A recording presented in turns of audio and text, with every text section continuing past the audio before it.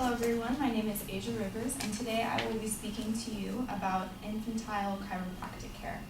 Now, I'm arguing the claim that this kind of care is unsafe. And I'm going to be basing this off of two things. The first thing is going to be the actual basis for the meaning of the word safe, and the second will be prevention of proper diagnosis. So what does the word safe actually mean? According to Merriam-Webster, it means free from harm or risk. Oxford Dictionary says protected from or not exposed to danger or risk. Dictionary.com says secure from liability to harm, injury, danger, or risk. So all of these things have in common the word risk. And with this type of care, I will show later on that there are huge risks involved with this kind of care. So the U.S. Department of Health and Human Services says that subluxation corrections delay appropriate treatment based on a concrete medical diagnosis. So this is just a big way of saying using chiropractic care on infants delays proper treatment. So if you're correcting things on an infant, so an infant's spine is not obviously fully developed. Yours are still growing throughout your adolescence. So if you correct it immediately out of the womb, there's going to be a huge issue later on. So also, I used a website that the other person used, and it's ncbi.gov, and it says that no specific well-documented data for the pediatric age group has been specified. So with this, that means there's inconsistent results amongst this kind of practice. So if there's inconsistent results, that means there's a huge risk to actually practicing this kind of care on infants. And even in higher risk, like I said, because they are infants and their bodies are still growing and developing.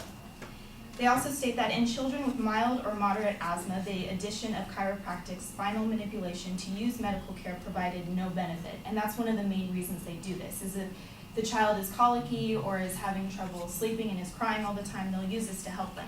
But if it's saying that there's no added benefit, then why would you risk hurting your child even more? The results were the same when compared also with a placebo test. And for those of you who don't know, a placebo test is when you don't know the actual manipulation that's going on. You don't know where the test is actually taking place.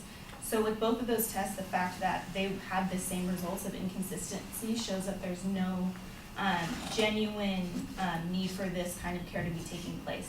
If it does no good to do either way, then why, again, would you risk putting your child in this position?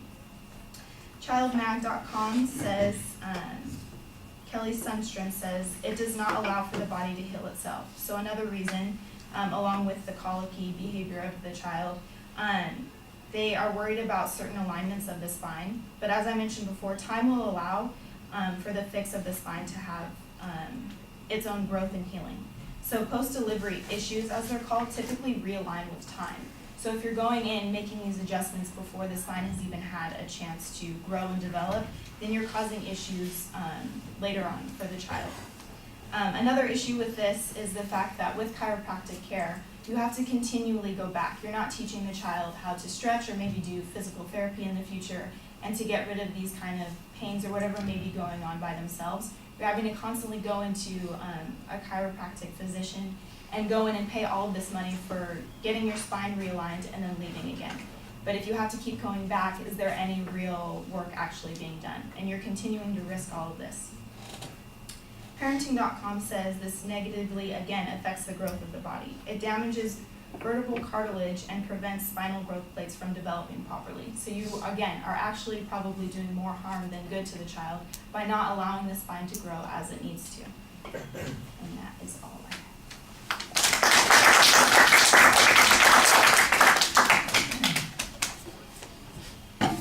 Aysia, Yes. I think, is a placebo like some kind of drug that makes you think you're... Mm-hmm. Not necessarily. It's not a drug. It can be a drug, but Like, it's just yeah. Like one example was patients were given a sugar pill, told it was aspirin, and it helped their headache Yeah, because they exactly. thought it was aspirin. Oh, But it wasn't anything. that's a placebo. Yes. Mhm. So I think I have a grasp on what a placebo means. That's good. That would be It's when you're helpful. led to believe that something is happening, but it's not, but yet Yeah. you're still experiencing the effect as if it were. Like, it feels similar, but it's not completely the same. No, they have the same results, so it's really just a state of mind is what they're saying. Okay. Yeah. Mind over matter kind of Mind over mentality. matter. Mhm. Okay.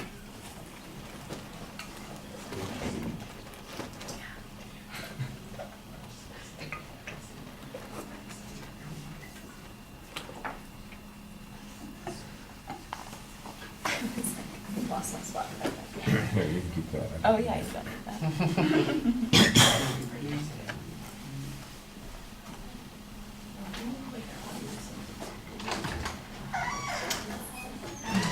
All right, well, basically, you identify what the initial claim is and you make a counterclaim immediately that it's unsafe based on the definitional criteria of what safe is involving risk. You've got 3 dictionary definitions that you use to talk about that. So in essence, you're kind of going directly at the main proposition based on that particular concept, which is, I think, fine. That's the last discussion we get of whatever the advocate's arguments are. There's not really any information. You don't discuss what information they lacked or what information they used. I thought that was a little bit problematic. There's not a structure that you are following. Basically, your whole argument is a general refutation of this concept.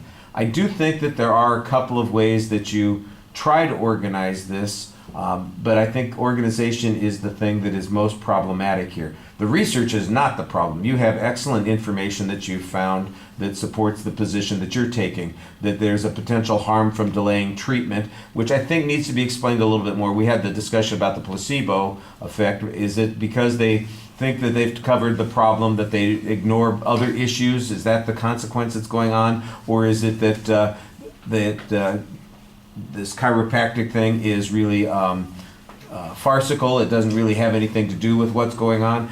That's not quite clear. It's a very generic kind of argument that's being presented here.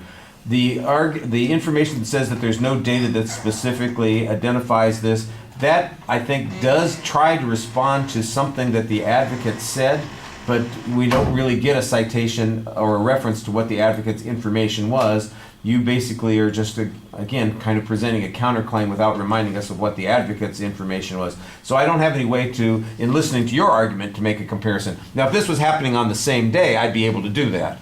It's a little problematic because we're on vastly different time periods here. When we do the debates, that'll be less problematic.